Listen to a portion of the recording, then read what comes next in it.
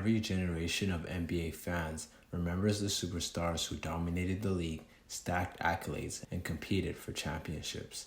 But just below the surface, in a quieter, more tragic lane, are the stars who are just as talented but never got the support they deserve.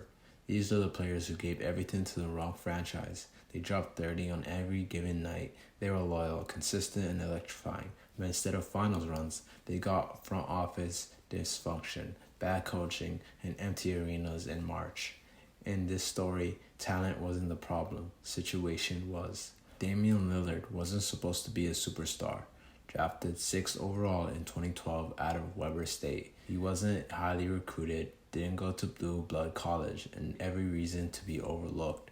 But by year 2, he was an all-star, and soon after that, he became one of the most feared scorers and clutch performers in NBA history. A 7-time all-star, 7 All-NBA, 1-time first team. In 2019 in the playoffs, he had his dagger moment against the OKC, the bye-bye shot, iconic 37-foot winner over Paul George. He has a 62-point game career high, multi 50-point games, including multiple 30-point per game series. One of the deepest range shooters ever, elite handler who's second only to Stephen Curry when it comes to shooting under pressure. A true alpha who took accountability for his team and never pointed fingers. Despite Dame's heroics, the Blazers consistently failed to build a championship caliber roster around him. In 2015, LaMarcus Aldridge leaves. Just as Dame was ascending, Aldridge left for San Antonio.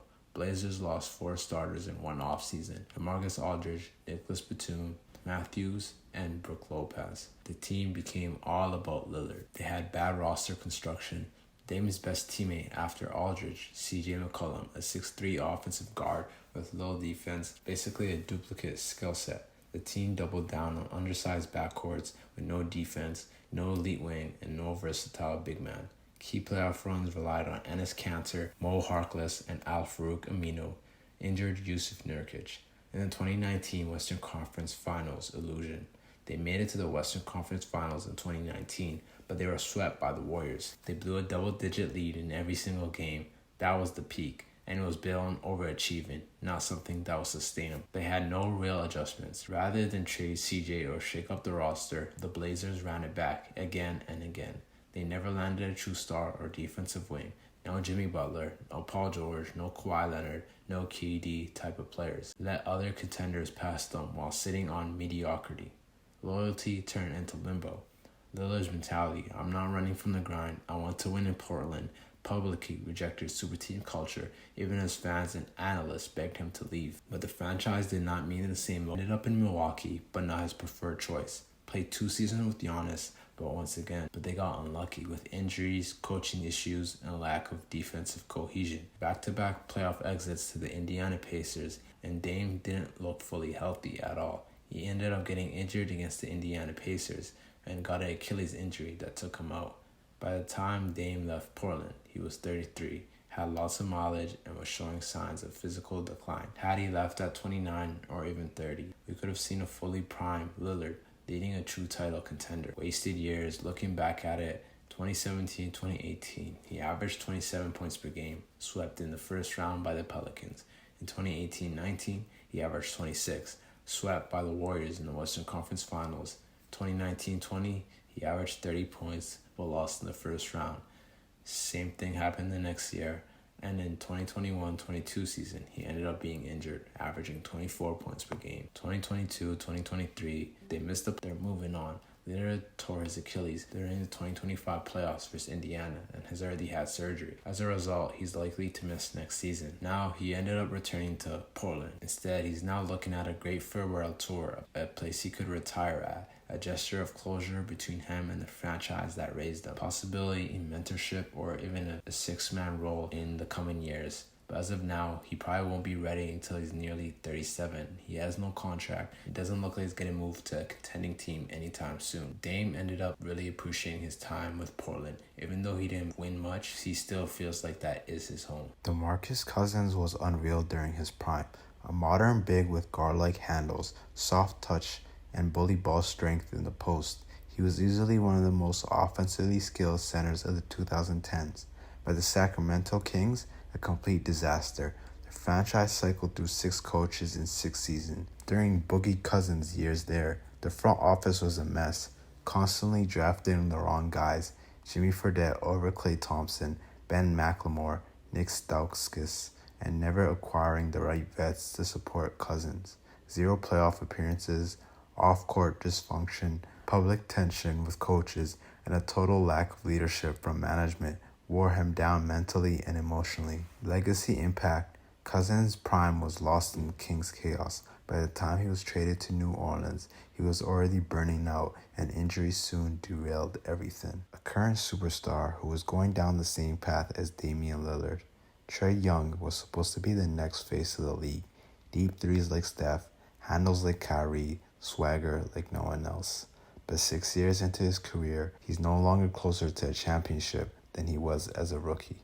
The Atlanta Hawks have had the talent, they've had the time, but year after year they failed to deliver. This is how the Hawks are wasting Trae Young's prime. Let's make one thing clear. Trae Young is a star. Entering the league in 2018, he put up over 25 points and 9 assists per game for his career, made 3 All-Star appearances, led the Hawks to the Eastern Conference Finals in just his 3rd season. He's one of the best pick-and-roll playmakers in the league. He wraps defenses with his range, and he has a rare ability to take over a game and run an offense. But talent doesn't matter if the organization can't build around it. A franchise with no identity. Since Trae Young was drafted, the Hawks have gone through 4 head coaches, made desperate trades, questionable signings, and failed to build a cohesive roster. Their 2021 Eastern Conference Finals run, it felt like the start of something big, but it was a mistake. The team stood still. They extend role players like John Collins and Clint Capella instead of reshaping the roster. They didn't chase elite wings or defenders. They didn't pair Trae Young with a true co-star. Instead, they traded for DeJounte Murray, a solid player but a weird fit.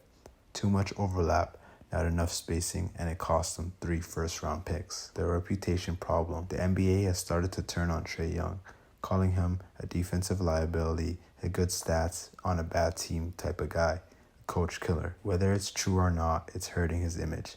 The same player who led the Hawks to a Cinderella playoff run is now barely mentioned in the league's top point guard conversation. Same story, new stats. This season, the 2024-25 season, they finished with a 40-42 record, finished 8th in the East, and Trae Young played 76 games, averaging 24.2 points per game, 11.6 assists per game, which is his career high, 41.1% field goal percentage, and 34% from 3, to go along with 3 rebounds and 1.2 steals. Once again, he put up elite numbers, but once again, it wasn't enough. The Hawks couldn't win consistently, and they made big moves to try and fix it, but it came too late. Desperate moves and no direction. They traded for Kristaps Porzingis in July and sent out Trae Young and picks. KP brings rim protection and floor spacing, but also injuries and inconsistency. They acquired Nickeil Alexander-Walker, a solid defender, decent shooter, but not a game changer. They are patchwork moves. They're trying to stay competitive without a long-term plan. Porzingis is 30. It's clear this team is just trying to survive, not thrive. Trae Young is now 27 years old, the middle of his prime, and what does he have to show for it? No playoff series wins since 2021, constant coaching changes, no clear second star, a franchise threading water. The numbers say All-NBA, the eye test says superstar, but the results say nothing. The clock is ticking. Trae Young has done everything he can, adapting and improving. He stayed loyal, but if Atlanta doesn't figure out, the clock will run out. We'll be left with another tale to tell. A generational offensive talent whose prime was wasted on bad trades, worse timing, and an organization that never figured it out. Should Trae Young ask for a trade? Can Atlanta actually build a real contender around him?